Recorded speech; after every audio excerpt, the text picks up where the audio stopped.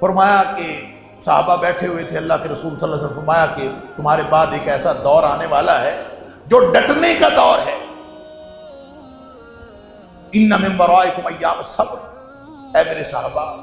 ایک ڈٹنے کا دور، صبر کا دور آنے والا۔ اللہ کے رسول صلی اللہ علیہ وسلم صبر کا دور؟ فرمایا ہاں، اس دور میں ڈٹنا اتنا مشکل ہوگا جتنا آگ کا انگارہ ہاتھ میں پکڑ کے بیٹھنا مشکل ہے۔ الصبر فیہن کقبض علی الجمر،